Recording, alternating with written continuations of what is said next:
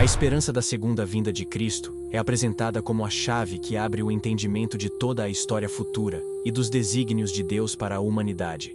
Desde os tempos mais antigos, essa promessa foi revelada aos fiéis, começando por Enoque, o sétimo depois de Adão, que profetizou: Eis que é vindo o Senhor com milhares de seus santos.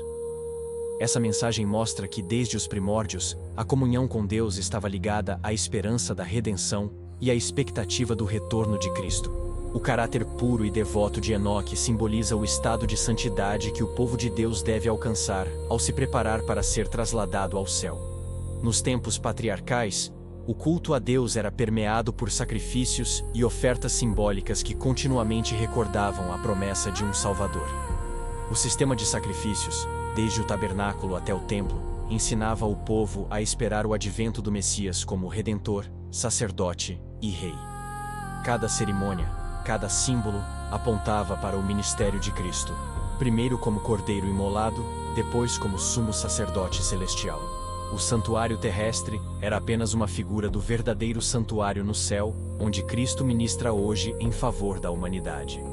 Assim, o sistema cerimonial de Israel não era um fim em si mesmo, mas uma representação profética da redenção e da vitória final sobre o pecado. O Cordeiro Pascal simbolizava a morte de Jesus, o Cordeiro de Deus que tira o pecado do mundo. Quando Paulo declara: Cristo, nossa Páscoa, foi sacrificado por nós, ele estabelece o elo entre o ritual antigo e a realidade espiritual em Cristo. Da mesma forma, o molho das primícias, apresentado diante de Deus durante a Páscoa, representava a ressurreição de Cristo como o primeiro fruto da colheita eterna. Assim como o molho era composto pelos primeiros grãos maduros, Cristo é as primícias da grande ceifa de redimidos, que serão recolhidos por Deus na ressurreição final. Essa simbologia unia o passado ao futuro, mostrando que toda a história sagrada converge para o retorno glorioso de Cristo. A mensagem evangélica pregada pelos discípulos foi, ao mesmo tempo, o anúncio da primeira e da segunda vinda de Jesus. Sua primeira vinda trouxe a salvação e a fé. A segunda trará a recompensa e a restauração. Desde então, a proclamação do Evangelho é inseparável da esperança de seu retorno. Os sinais que Jesus previu sobre o fim dos tempos se cumprem diante dos olhos humanos, e a palavra de Deus confirma que a volta do Senhor está próxima. O livro do Apocalipse descreve um anjo voando pelo meio do céu, com o Evangelho eterno, para proclamar a todos os povos: Temei a Deus e dai-lhe glória, porque é vinda a hora do seu juízo.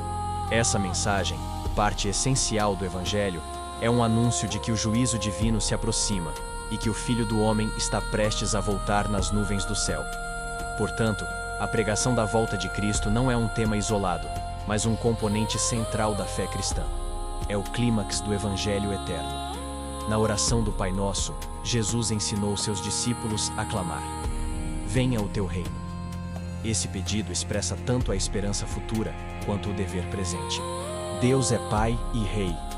Seu reino espiritual começa agora, quando os corações se rendem à sua graça. Mas seu reino glorioso será plenamente estabelecido apenas na segunda vinda de Cristo. Nesse dia, o domínio e a majestade de todos os reinos da terra serão entregues aos santos do Altíssimo. Então, Cristo reinará como Rei dos Reis, e o tabernáculo de Deus estará com os homens, cumprindo a promessa de Apocalipse. Deus habitará com eles. Entretanto, antes que esse reino se manifeste, o Evangelho deve ser pregado em todo o mundo em testemunho a todas as gentes. O avanço missionário da Igreja é parte do cumprimento da profecia.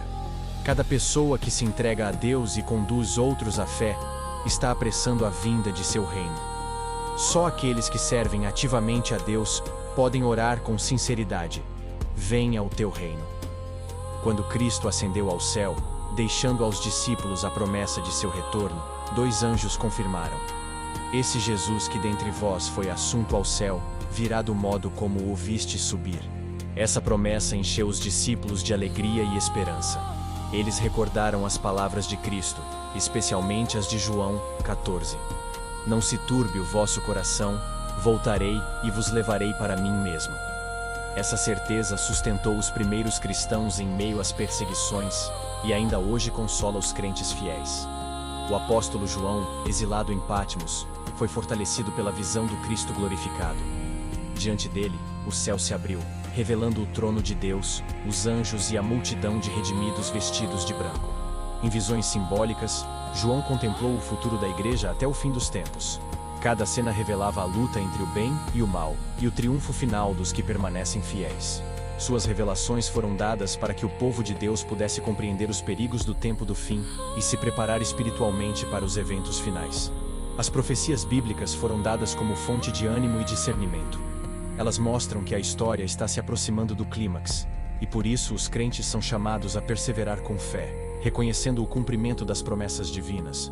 A certeza do retorno de Cristo deve inspirar vigilância, zelo e confiança, mesmo em meio às provações. Cada profecia cumprida fortalece a fé e aponta para o dia em que nossa redenção se aproxima. Embora mais de 1800 anos tenham se passado desde que Jesus prometeu voltar, sua palavra permanece tão certa quanto no princípio. O aparente atraso não é esquecimento, mas parte do plano divino para que mais almas sejam salvas. A promessa é segura, e o tempo de sua realização está mais próximo do que nunca. No momento culminante da história, o poder de Deus se manifestará para libertar seu povo. Uma voz celestial anunciará: "Olhai para cima", e os fiéis levantarão os olhos para contemplar o arco da promessa. As nuvens se abrirão, e como Estevão, verão a glória de Deus e Jesus assentado em seu trono. Cristo intercederá diante do Pai, dizendo: "Aqueles que me deste, quero que onde eu estiver também eles estejam comigo." Logo, uma voz triunfante ecoará: "Eles vêm, santos e incontaminados, guardaram a palavra da minha paciência." Os fiéis, antes aflitos e perseguidos, soltarão um brado de vitória. À meia-noite, Deus demonstrará seu poder. O sol brilhará com intensidade, os céus estremecerão, e a natureza parecerá sair de seu curso. Um terremoto colossal abalará o planeta. Montanhas se moverão, ilhas desaparecerão, e cidades orgulhosas serão destruídas. O mar rugirá como nunca antes, e trovões ecoarão como vozes de demônios em fuga. Em meio ao caos, uma voz poderosa ressoará dos céus: "Está feito." Esse será o sinal de que a história humana chegou ao fim e de que o juízo divino se cumpriu. Nesse momento, ocorrerá uma ressurreição especial. Os que morreram crendo na mensagem do terceiro anjo, os fiéis que aguardaram a volta de Cristo, ressuscitarão glorificados para ouvir o concerto de paz de Deus com seu povo. Também os que o traspassaram e zombaram de sua cruz, ressuscitarão para contemplar sua glória e reconhecer a justiça divina.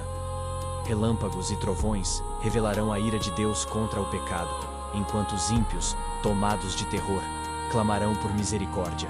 Então, uma estrela brilhante surgirá entre as nuvens, símbolo de esperança para os justos e de juízo para os ímpios.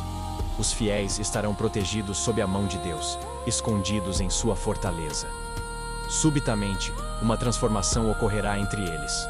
Rostos outrora pálidos e angustiados resplandecerão com fé e amor, e suas vozes se elevarão em cântico. Deus é o nosso refúgio e fortaleza, socorro bem presente na angústia. As nuvens se abrirão, e os céus revelarão um esplendor indescritível.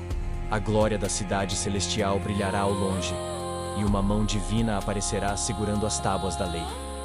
As pedras, escritas com fogo, mostrarão aos olhos de todos os habitantes da terra os 10 mandamentos, claros e inconfundíveis. Todas as falsas doutrinas e enganos cairão diante dessa revelação.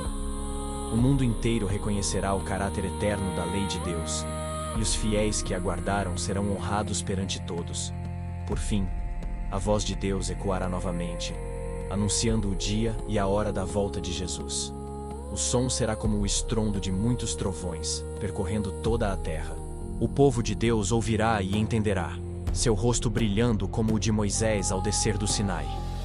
Os ímpios não suportarão contemplá-los. Então, uma bênção será pronunciada sobre os que santificaram o sábado e permaneceram fiéis.